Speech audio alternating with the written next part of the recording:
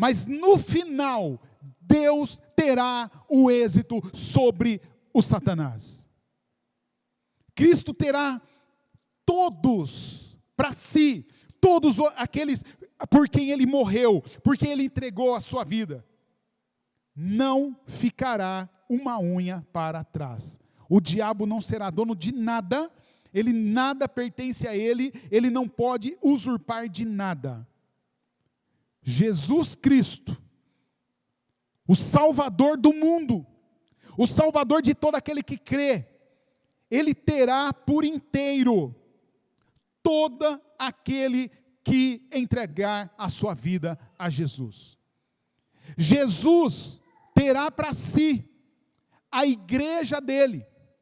E quando eu falo a igreja de Jesus, eu não estou falando de denominação, eu não estou falando que Jesus vai ter batista, eu não estou falando que Jesus vai ter presbiteriano, eu não estou falando que Jesus vai ter assembleiano, eu estou falando que Jesus vai ter para si a igreja dele. E a igreja dele extrapola as denominações. A igreja dele é composta de pessoas que entregaram a sua vida a Jesus e que confessaram com a sua boca: Jesus Cristo é o Senhor. E creram no seu coração que Deus ressuscitou Jesus dos mortos. São esses que são os membros da igreja de Jesus e são os membros dessa igreja. A igreja invisível de Jesus é que Jesus vai tomar para si. Nisso aqui, há algo que eu preciso falar para você. Há pessoas que estão em algumas dessas igrejas, ou várias pessoas que estão nessas igrejas denominacionais, seja ela a igreja que for, que não vai para o céu de Jesus, porque elas pertencem à igreja visível, à igreja local, à igreja denominacional, mas não são membro da comunidade dos santos, não são membros, não faz parte da igreja invisível de Jesus, e esses não vão para o céu de Jesus. Amém? Amém fraquinho, né? Amém? Amém. Por isso, querido, quando nós falamos da redenção de Jesus, a suficiência da redenção de Jesus, nós precisamos entender alguns aspectos. E o primeiro é que o ser humano, como posse total de Cristo. O ser humano como posse total de Cristo. Cristo terá o homem por inteiro. Cristo não quer uma parte do homem. Há pessoas que inclusive pregam: olha, Deus está preocupado com a sua alma. Olha, Deus está preocupado com o seu espírito. O corpo vai morrer, vai enterrar, vai virar pó. Se for cremado, vai virar cinza. O que Deus está preocupado é com o espírito. Querido, a palavra de Deus diz que Deus não veio remir somente o espírito. Deus veio remir o homem inteiro, corpo, alma e espírito. É por isso que Deus nos dá a Bíblia nos ordena claramente a cuidarmos da nossa alma. Por isso que no texto que nós lemos, lá em Colossenses, tem tudo a ver com a nossa alma. A ira, os abusos, as compulsões, isso tem a ver com a alma. E Deus fala: cuida da alma. Mas também Deus fala: cuida do corpo, porque o seu corpo é templo do Espírito Santo. Por isso, não se meta na prostituição, na imoralidade sexual. Por quê? Porque quem peca contra o seu corpo, você peca contra o Espírito Santo de Deus. Por isso que a Bíblia fala: não se una sexualmente a uma prostituta, porque se você fizer isso, é como se você estivesse conectando Cristo com a promiscuidade, e Ele não aceita isso. Isso é pecado. Então, querido, se alguém é filho de Deus, esse alguém pertence ao Cristo. E à medida que nós prosseguimos na vida, na caminhada cristã, Deus vai nos ajudando a cada dia a lutar contra o pecado, a derrotar o pecado que habita em nós. Deus, Ele tem prometido a mim e a você fazer de nós santos, assim como Ele é santo. E esse santo, não é que Deus vai colocar aquele negocinho na nossa cabeça aqui, e nós vamos ficar levitando de roupa branquinha, parecendo um fantasma, não é isso. Ser santo é nós sermos separados para o uso exclusivo da glória de Deus. Isso é ser santo. Então, à medida que nós vamos crescendo na caminhada, Deus vai nos ajudando. E como Ele prometeu nos fazer santo, Ele vai nos santificar, e Ele nos santifica em Jesus. Ele nos ajudará a obter a vitória sobre Satanás. Deus nos ajudará também a derrotar o pecado nos nossos próprios corações, na nossa vida. Cristo nos comprou. E o preço foi alto, foi pago um alto preço. Cristo morreu pelos nossos pecados. E é por isso que nós não somos de nós mesmos. Por isso que eu não posso fazer da minha vida o que eu quero. E por isso então, Jesus diz que nós devemos nos entregar, e entregar por inteiro a Jesus. O que eu devo entregar para Jesus? A minha mente, minha mão, meus pés, meu coração, todo o meu ser. Todo ser de cada crente, de cada filho de Deus, deve ser entregue a Jesus. Nem uma unha pode ficar para trás, nenhuma unha pode ficar de fora. O meu coração, o seu coração, deve ser entregue de maneira total e cabal a Jesus, que eu não posso ficar dividido entre adorar a Deus e me adorar, servir a Deus e me servir, entre obedecer a Deus e atender ao meu desejo pelo meu prazer pessoal. Ou é Cristo e tudo para Cristo, ou Ele não quer nada. Se uma unha ficar para trás, Deus não aceita. Deus me quer, Deus te quer, Deus quer cada um de nós 100%. E Jesus fala, é inaceitável que eu ou você, ou que qualquer um, venhamos tentar a possibilidade de servir a Deus e nos servir. Servir a dois senhores. Jesus falou, ninguém pode servir a dois senhores. Ou é Jesus, ou você não tem parte com Jesus. Uma das coisas que, como pastor, eu vejo bastante, tem gente que dá aqueles testemunhos de vitória. Pastor, recebi uma grande vitória. E geralmente quando alguém tem um testemunho de grande vitória, nunca é uma vitória contra o pecado, contra uma tentação. Sempre a vitória é conseguir um emprego. Comprei um carro, troquei de casa. É vitória. Querido, para Jesus, a verdadeira vitória, a verdadeira batalha, é quando eu me entrego de maneira total, integral, cabal a Jesus, e Ele se torna o Senhor, soberano, absoluto sobre a minha vida. Sabe por quê? Porque Jesus não está interessado, Ele não concede meia vitória. Jesus não vence meia batalha, ou Ele vence a batalha toda, ou Ele nem luta. Ou Ele ganha a batalha por completa, ou Ele não entra na briga.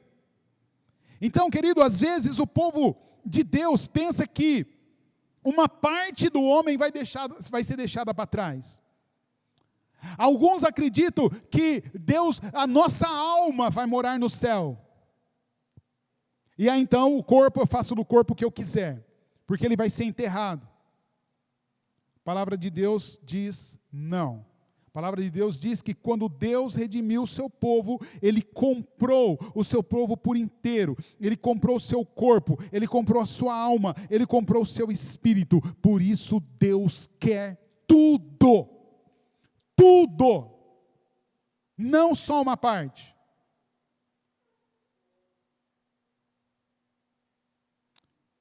Segundo aspecto, de quem que é a salvação?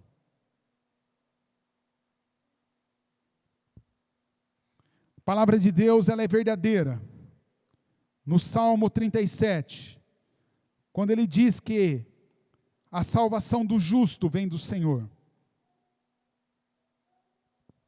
Eu falei semana passada e vou repetir hoje.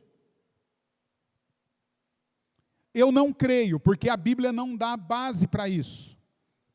E eu expliquei semana passada que nem todos serão salvos. A salvação não é para todos. A Bíblia diz: muitos serão chamados, poucos serão os escolhidos. Cristo veio para os seus, mas os seus não o aceitaram. Jesus era a luz do mundo, e a luz do mundo veio ao mundo, mas os homens amaram mais as trevas do que a luz, porque as suas obras eram más, e eles não queriam que essas obras fossem manifestas.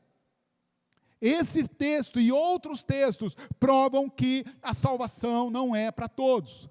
Deus amou o mundo de tal maneira, mas somente aqueles que o receberam, é esses que Deus deu o poder de serem feitos filhos de Deus, a saber, somente aos que creram no seu nome.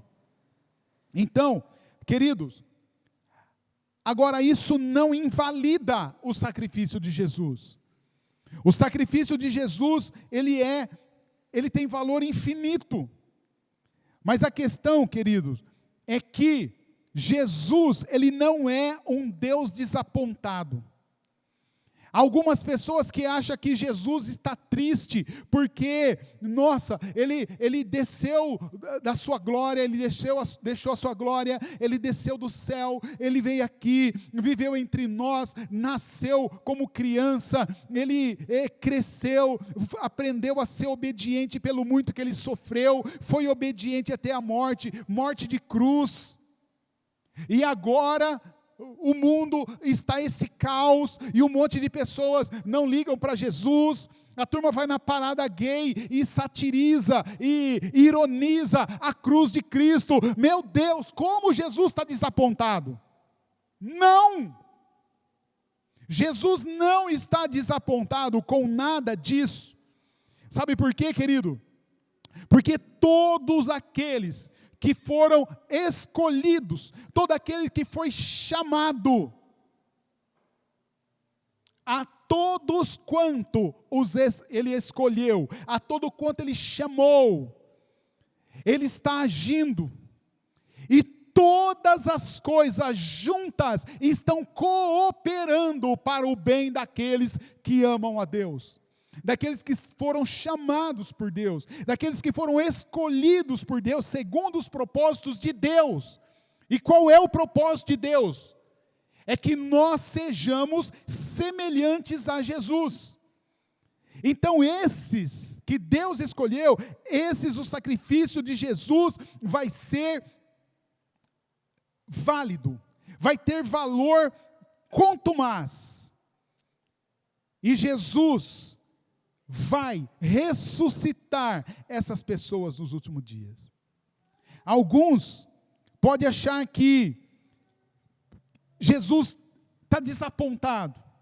Como eu já falei, alguns creem que a morte de Jesus foi parcial, teve meio valor, porque valeu só para alguns.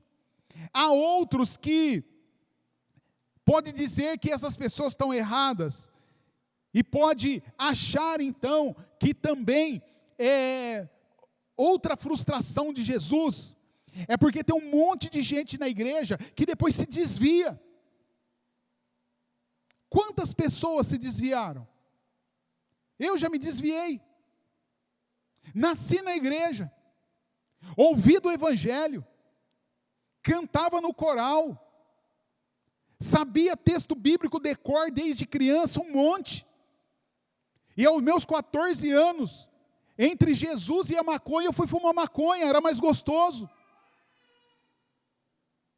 Fui andar com uma gangue de moto, fui brigava com polícia, graças a Deus não morri. E a graça de Jesus me alcançou. E quantos outros na mesma situação? Querido, então tem algumas pessoas que acham que aqueles que se desviaram de Deus vai ser deixado para trás. E há algumas igrejas que falam que aqueles que se desviam caíram da graça, e os que caíram da graça perderam a graça e nunca mais podem voltar para Jesus. E tem tanta gente frustrada porque ouviu dizer que não podem mais voltar para a graça de Deus. Tem famílias que abandonam os familiares, porque achando que aquele familiar que deixou uma determinada igreja, uma determinada religião, um determinado segmento religioso, não tem mais jeito. Querido, o que Jesus está dizendo, o que a Bíblia nos está dizendo, é que isso não é verdade, isso não é verdadeiro. Por quê? Porque sempre que o povo de Deus, aquele que é chamado, aquele que é escolhido por Deus, se desvia, Jesus vai lá e traz de volta. É por isso que Jesus contou a parábola do bom pastor, que ele tinha 100 ovelhas, e quando ele foi contar, ele notou que 99 estavam lá, mas uma não. E ele deixa as 99, e ele vai procurar a uma que perdeu, e ele não volta, enquanto ele não encontra. E quando ele encontra, ele pega aquela ovelha, ele coloca ela no ombro, e traz para casa, e chama os amigos, e faz uma festa, porque ele fala, alegrem-se comigo, porque essa ovelha é minha ovelha, ela estava perdida, ela foi encontrada. Você acha mesmo que Deus vai deixar alguém de fora? Aquele que é seu. Por isso, querido, vai aqui. A turma fala que eu não tenho a unção do Espírito, mas no Espírito e na unção, eu quero dizer para você, ore pelo seu pai, ore pela sua mãe, ore pelo seu filho, ore pelo seu marido, ore pela sua esposa, ore. Fala, Deus, em nome de Jesus. Não determina nada, você não precisa determinar nada, amém? Mas ora e pede a Deus, abençoa, salva Jesus, não permita que essa pessoa fique desviada, traga de volta. Querido, não há pecado escandaloso que assuste Deus, não existe. Não há crente desviado que Deus fala, eu parei de te amar porque se desviou, não. Sabe por quê, querido? Porque a salvação não depende de eu estar ou não na igreja. É óbvio que quem é salvo está na igreja, mas a salvação não depende de eu estar na igreja. A salvação não depende de eu ser bom ou não, de eu ser bonzinho ou não. A salvação depende da graça de Deus. É por isso que a palavra de Deus diz que a salvação é pela graça, e é por meio da fé, e isso não vem de vós, para que você não bata no peito e não se glorie e se ache o máximo. Tudo é dom de Deus, é presente de Deus. O que é presente de Deus? A salvação, a graça e a fé. Tudo o que você precisa para ser salvo é de salvação. A graça para você reconhecer a salvação e reconhecer que você precisa de salvação, e fé para você crer na salvação. E nenhum dos três vem de você, nem a salvação, nem a graça e nem a fé. Tudo isso é presente de Deus. Então, querido, até aqueles que cometem os erros mais absurdos, mais grotescos, eles podem ser trazidos de volta, podem ser perdoados por causa da graça de Deus na pessoa de Jesus. Nenhum será deixado para trás. Amém? Terceira observação.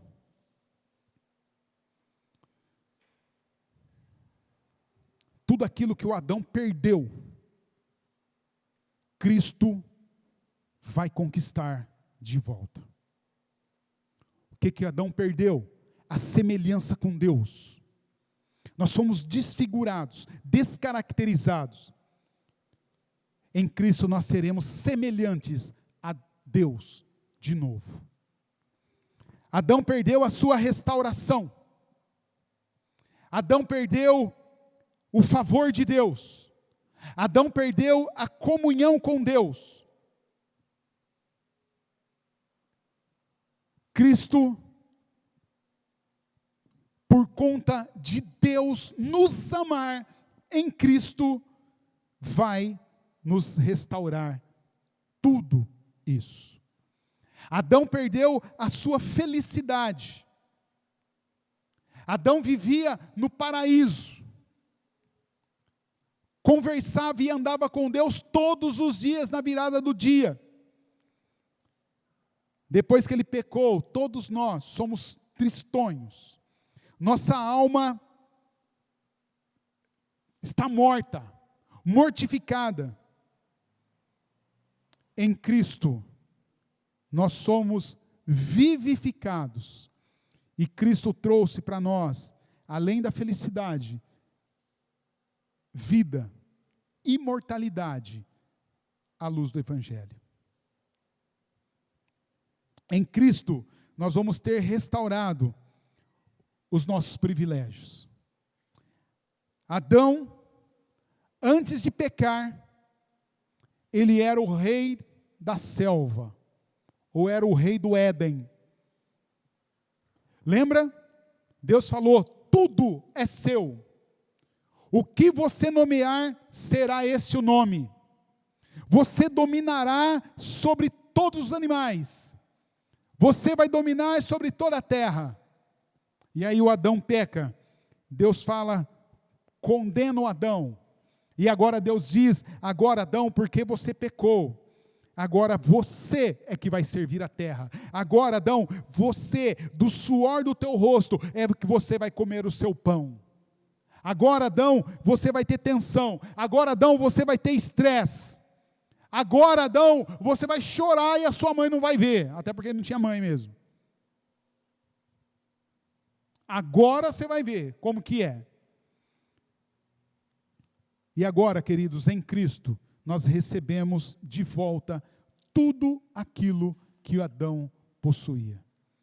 É por isso que Paulo fala: toda a criação está gemendo com dores de parto, aguardando o dia em que será manifesto a glória dos filhos de Deus.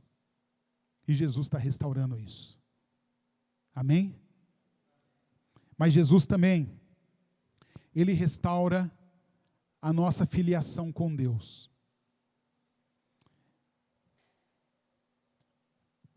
Querido, por conta de Adão, por conta do pecado de Adão, o homem deixou de ser filho de Deus e passou a ser criatura de Deus.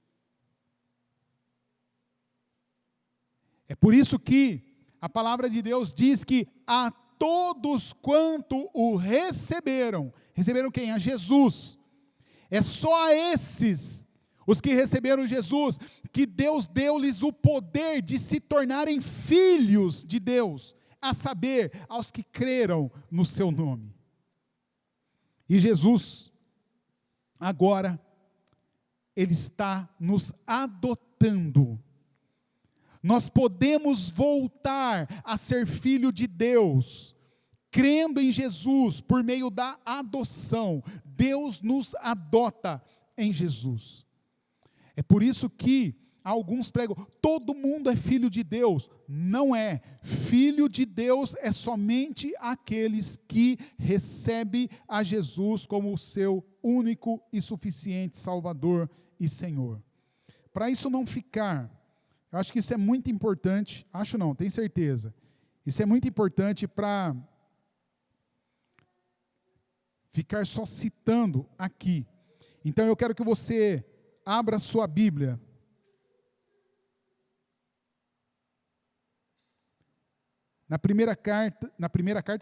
em João, no capítulo 1.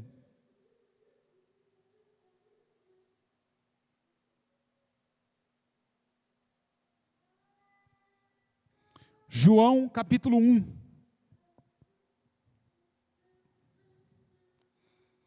A partir do verso 9, o João diz assim, João está falando de Jesus, ele diz, estava chegando ao mundo a verdadeira luz.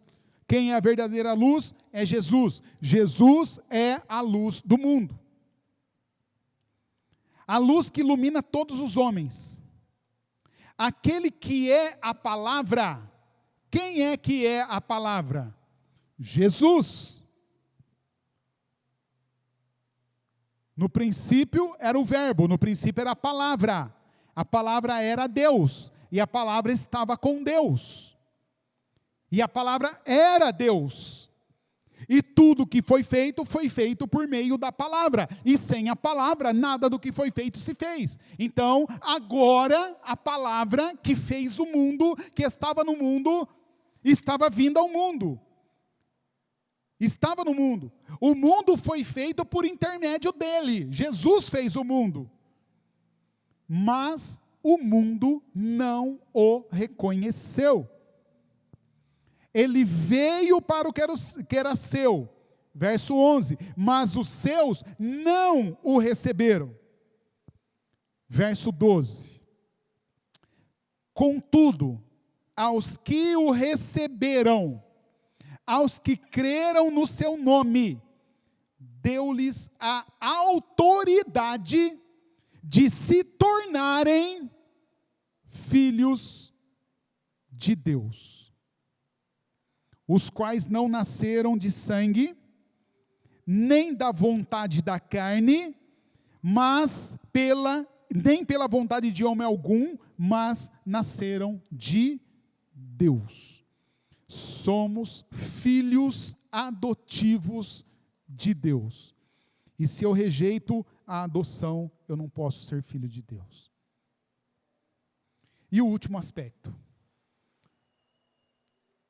Cristo terá de volta para si toda a terra.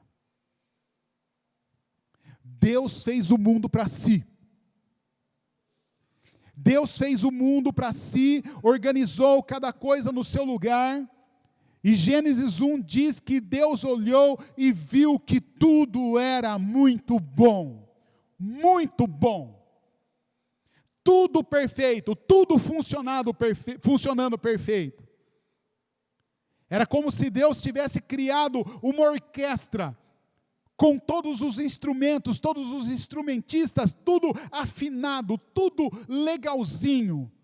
E aí então vem o diabo e mete o pé no bumbo e derruba o clarinete e joga a flauta fora e faz quebra o braço do violonista.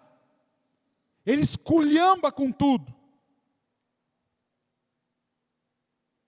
O resultado disso, querido, é que o diabo entra e estraga esse mundo, torna esse mundo malvado, maldoso, torna o homem malvado, maldoso. enche o mundo de homicídio, de pecado, de coisas más. E a Bíblia fala para mim, fala para você, o diabo é o Deus dessa era.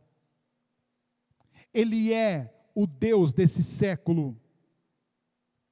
É por isso que a Bíblia diz que eu e você, a igreja de Jesus, nós devemos levar o evangelho a toda criatura.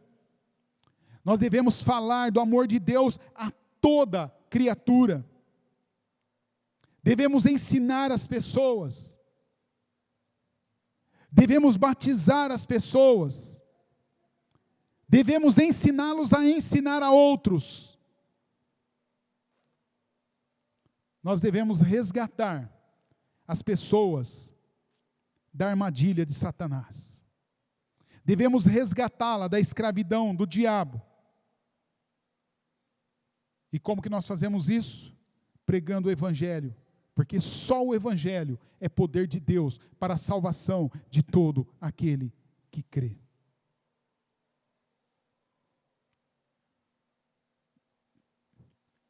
Por quanto tempo devemos fazer isso? Até que Jesus volte. A palavra de Deus diz que aquele que há de vir virá, e não tardará, mas enquanto ele não venha, nós devemos trabalhar. Paulo fala, prega o evangelho, a tempo, ou fora de tempo, sendo conveniente, ou sendo inconveniente, pregue o evangelho, não pare de pregar a palavra. Em outro lugar, Paulo fala, sede firmes, sede constante, sede sempre abundantes na obra do Senhor, sabendo que não é em vão aquilo que você faz no Senhor. Até o dia em que o mundo voltará a ser de total domínio de Jesus. E nesse dia, todos verão que Jesus Cristo venceu. Jesus já venceu. Não é que Jesus vencerá. Jesus já retomou para si todas as suas possessões. E na plenitude do tempo ele há de revelar.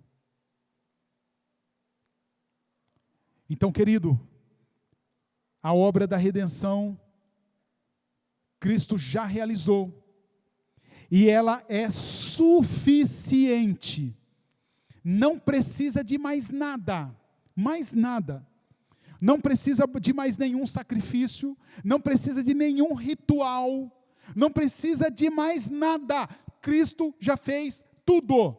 A hora que Ele entregou a sua vida lá na cruz, Ele disse, está feito, está consumado, acabou. Tudo que precisava ser feito, eu fiz. Agora, cabe a mim e a você a nossa responsabilidade. De que lado você está? Você pertence a Cristo ou você pertence a Satanás? E antes de você ser precipitado na sua resposta, eu quero dizer para você o seguinte, que se você continua vivendo uma vida de pecado, todos pecam, tá bom? Todos erram. Todos. Mas se você vive na prática do pecado, então, querido, você não está do lado de Jesus. E se você não está do lado de Jesus e continua vivendo na prática do pecado, você vai para o inferno quando você morrer. E eu não estou sendo cruel, eu estou sendo, em nome de Jesus, profético. Por quê? Porque todos nós precisamos ser alertados do perigo. Para quê? Para sermos salvos, para não morrermos. Essa mensagem, querido, é como quando você está lá na praia, E você vê aquela onda, fala, eu quero ir naquela onda. E você vai, e de repente você nem se tocou que tem um cara lá no meio da praia, sentado numa cadeirinha lá em cima, vestido com uma sunguinha vermelha. E aí ele vai, e grita. E alguém com um barquinho vermelho de inflável vai lá e busca você, te dá uma bela numa ferrada na frente de todo mundo e faz você voltar de novo lá para a praia. Essa mensagem tem esse objetivo. É para você não morrer afogado. É para você não ir para o inferno. É para você ficar atento àquilo que o Paulo falou aos Colossenses. Se você vive na prática do pecado, toma cuidado. É sobre essas coisas que a ira de Deus vem sobre você. Então, em nome de Jesus,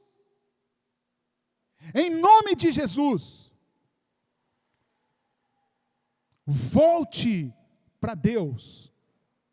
Arrependa-se. Hoje de manhã nós lemos Tiago capítulo 4, verso 9, chore pelo seu pecado, se lamente pelo seu pecado, se arrependa, volte para Deus, para que você possa ser salvo em nome de Jesus. Porque da mesma forma que Jesus não deixará para trás nem uma unha, assim também não deixará de ir para o inferno nenhum espinho, nenhum joio. Jesus, ele prometeu e ele garantiu duas coisas. A primeira é, todo aquele que o Pai me deu, eu não vou perder. Todos serão salvos. Mas ele falou também que toda árvore que não der fruto, ele vai cortar, o Pai vai cortar e vai lançar fora. E a outra coisa é, todo espinho e todo joio plantado no meio do trigo vai ser ceifado, vai ser juntado em feixes e vai ser lançado no fogo, em nome de Jesus, querido. Entregue a sua vida para Jesus.